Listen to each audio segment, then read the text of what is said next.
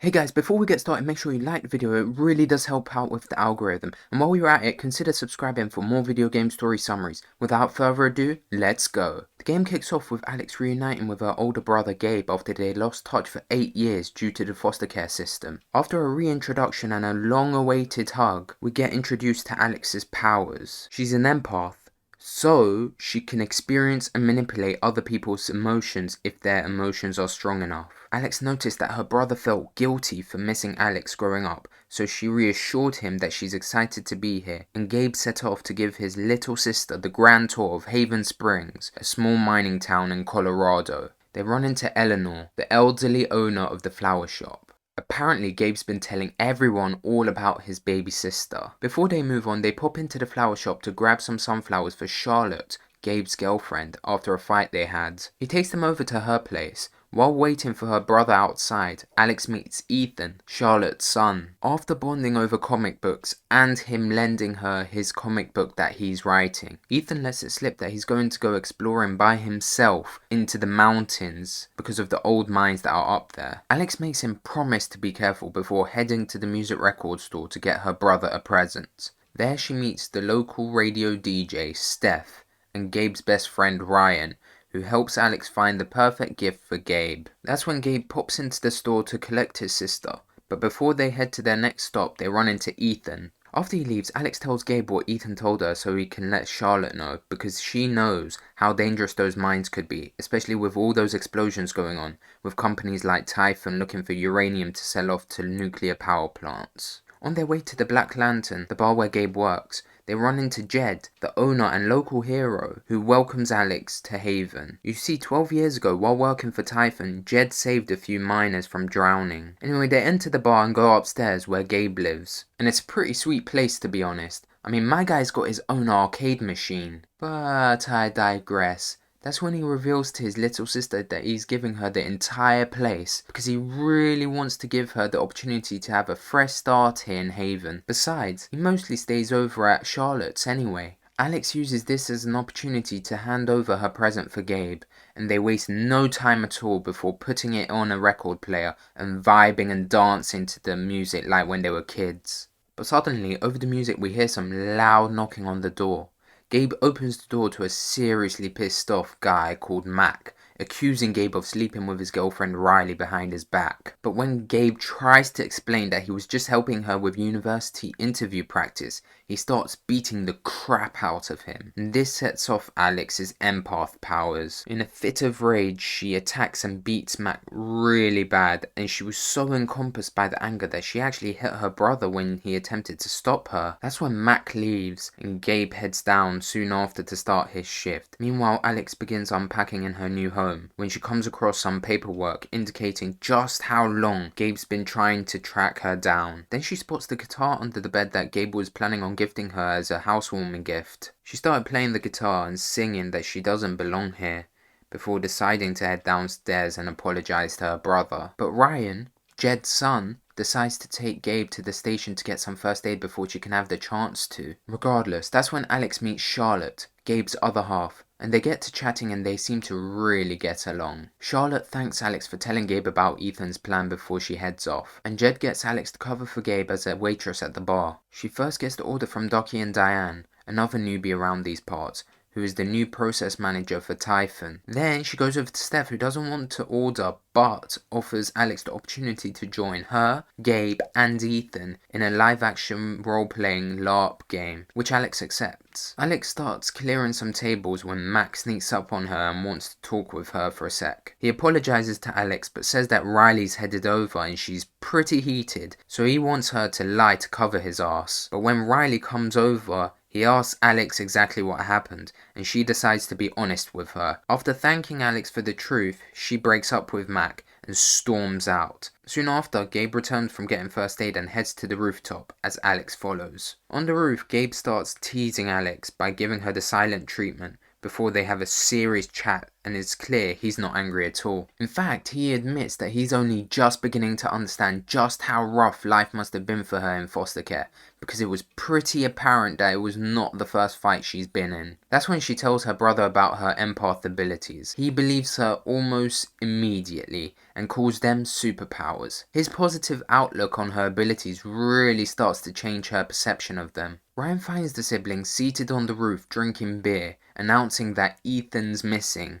and obviously the duo know exactly where he must have gone, into the mountains, even though his mother forbade it. So they head up there, and while they're looking for where the kid can be, Gabe makes a phone call to Typhon to postpone the mining explosion that was meant to take place soon. Alex figures out that the comic books are based on the mountains and mines, and she uses the clues in the comic book to locate him. He is really scared, and Alex can feel that due to her empath abilities, but to get to him, they've got to cross a log, and naturally Alex is the lightest. The lads tie a rope around Alex and the other end around Gabe so he can be like an anchor to help her cross steadily. Slowly and steadily she makes it to Ethan, but she can't get any closer to him if she can't calm him down. So she uses her empath abilities to figure out that he's actually frightened because he thinks there's a monster at the bottom of the cliff and he doesn't want it to see him. So Alex convinces him that she has a bracelet that can make them invisible just like in his comic books, which calms him down somewhat, and Alex is then able to get him back across to the other side. However, unexpectedly, a siren blares and the explosion went ahead anyway, which caused the rock to knock Gabe off the cliff with only the rope and Alex holding him up. But then, Ryan spots a rockfall coming towards Alex and is forced to cut the rope and kill his best friend in order to save his little sister's life. At his wake, everyone spoke with such fondness for Gabe until an argument broke out between Ryan and Mac, because Mac stated that he was the one at the mine and there was no call that came in, which was obviously a lie. And with all that anger in the room, Alex rushed upstairs so she doesn't start another fight or something. Steph followed close behind her and comforted Alex. The two reminisced on their memories with Gabe, but one really made Steph tear up. Alex used her abilities to figure out that the memory was of Gabe beating her at a foosball match, and after realizing just how much fun they had, she challenged Steph to a match. After winning, Steph heads to work as Alex looks to keep herself busy, so she looks to head outside to look for Mac to figure out exactly what happened and why her brother is dead. But before she heads out, Jed gives her the keys to Gabe's place and says that it's her home officially now, at least for as long as she wants it. After thanking him, she pays a visit to Charlotte, who felt obligated to inform Alex that Typhon have offered to pay her to not press charges against them, and wanted to ask Alex's opinion on whether she should take it, because it could be beneficial for Ethan to take that money. Alex explains to Charlotte that there's no reason to pay her off if they have nothing to hide, and she agreed. Then she checks in on Steph again, who mentions Ethan being miserable lately. So they begin planning a LARP game to cheer him up,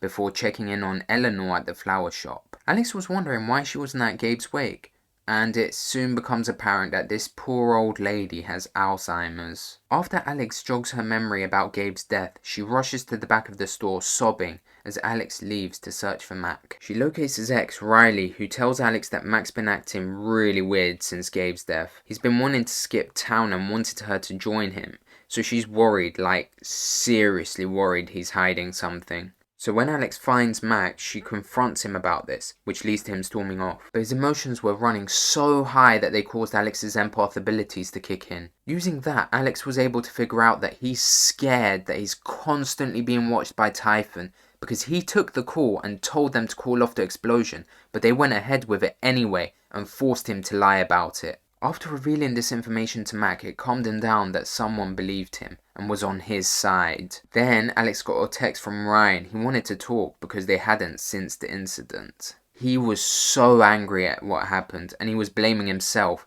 but Alex was able to calm him down by informing him of what he learned about Mac and stating that Gabe wouldn't blame him for what happened. That's when she reveals and proves to him that she had supernatural abilities. Then the funeral approached. But at that funeral, which Eleanor was able to make it to this time, everyone was in mourning. But one person, Diane, the Typhon employee, had a very different aura around her. One of anger and frustration. Several weeks later, she told this to Ryan and Steph after telling Steph of her empath abilities. So they concoct a plan to steal Diane's USB from her to potentially get evidence of Typhon's wrongdoings. When Steph's keeping her busy by flirting with her, Alex swipes the USB and gives it over to Ryan, who takes it over to Riley because she's brilliant at computer stuff and she may be able to get into it despite it being password protected. And thus, Alex can find Ethan to start the game of LARP. But he's really not feeling up to it, so Alex uses her abilities to figure out that he can see how hard people are trying to cheer him up, so he doesn't want to disappoint them if it doesn't work. So Alex lets him know that it's okay if it doesn't cheer him up. Everyone just wants him to be himself, which convinces him to give it a go. Thanks to Steph's brilliant creativity, the duo was able to slay beasts, find jewels, solve riddles, and haggle and flirt with magic store owners. But at one point, Ethan gets so into it that he feels it to be real, and Alex's empath abilities morphs everything into what Ethan's imagining, until they defeat Cravius, Lord of the Underworld, and the final boss, before Ethan goes to stay with his father for a bit. When he's gone, Charlotte invites Alex over for a bit to thank her for the game of LARP, but after a while, she starts getting pissed off at Alex. So we all know what Alex does. She uses her powers to see what's bothering her. Turns out that she's livid. Not just at Alex because everything's gone wrong since she arrived, or Gabe for abandoning her, but also her son Ethan for not doing as he was told. Alex saw that Charlotte didn't want her help because even when she tried, she snapped at her unprovoked. So Alex left her to it, hoping that she would calm down on her own. Then she meets up with Ryan and Steph to see what's on the USB. They figure out that the blast that killed Gabe had to go ahead because it was just a distraction from another explosion that went ahead simultaneously at the old mining site. The trio deduced that since there were inspections coming up pretty soon for Typhon must have been trying to bury something that the inspectors wouldn't be too happy to find. So that evening, Haven's Spring Festival is upon us, so Alex gets all dressed up. She has arranged a meeting with Pike, the local police officer, after the festival to show him the USB so he can help them take down Typhon. In the meantime, Alex goes mingling at the festival before grabbing a rose to give to Steph, the festival DJ, which in these parts is a symbol of love and affection, to which she responds by saying she wants to meet up after the show.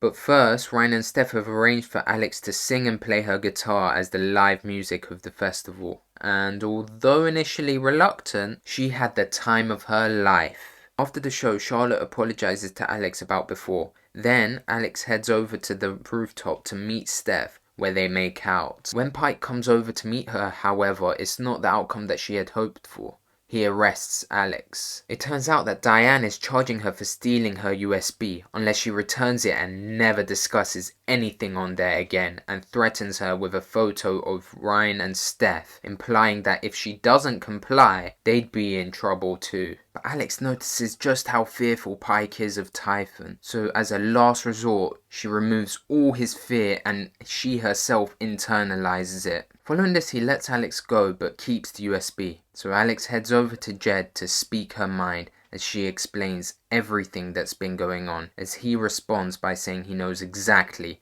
what Typhon's hiding and he can show it to her. Jed leads Alex to the old mines where the second explosion took place, takes out a gun, explains that 12 years ago Typhon made a deal with him to fix his mistake before he pulled the trigger and watched as Alex falls into the abyss. While unconscious, Alex started having visions and flashbacks of her past. First it was of her therapy sessions, then her mother dying telling her to be strong for her brother and father. Then it was her brother and father's constant arguing over him losing a job, as Alex's father hit her before leaving and never coming back.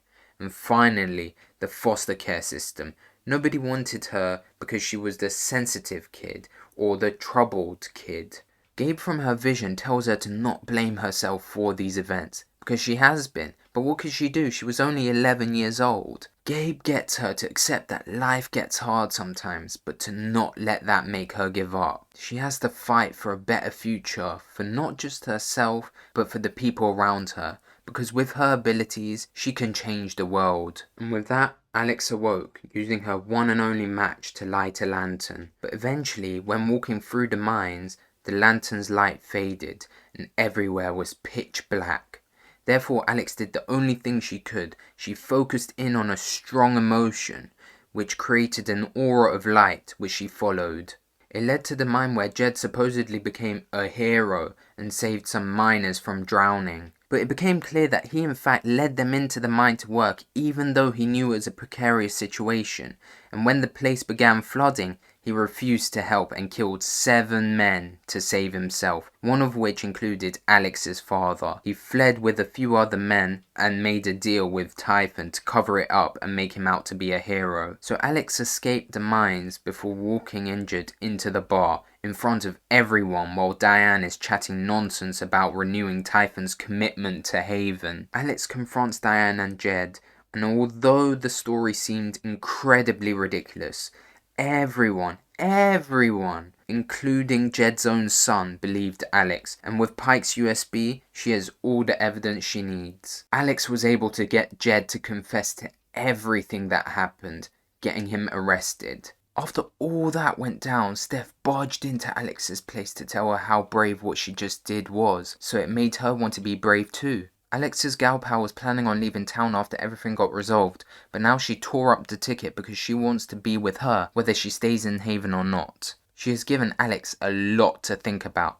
so she goes to the rooftop to contemplate her decision and ask her big brother for advice. But it becomes clear to Alex there's only one real answer. She has always been longing for a place she can call home, so she decides to stay in Haven and get a job in the record store with her now girlfriend. And over time, everyone's terrible, traumatic memories of Jed, Gabe and Typhon all fades to the back of their minds as they continue on with their lives. Thanks for watching. Just a reminder, make sure you drop a like on the video if you enjoyed it, comment your thoughts on the story, and make sure you subscribe for more video game story summaries. See ya!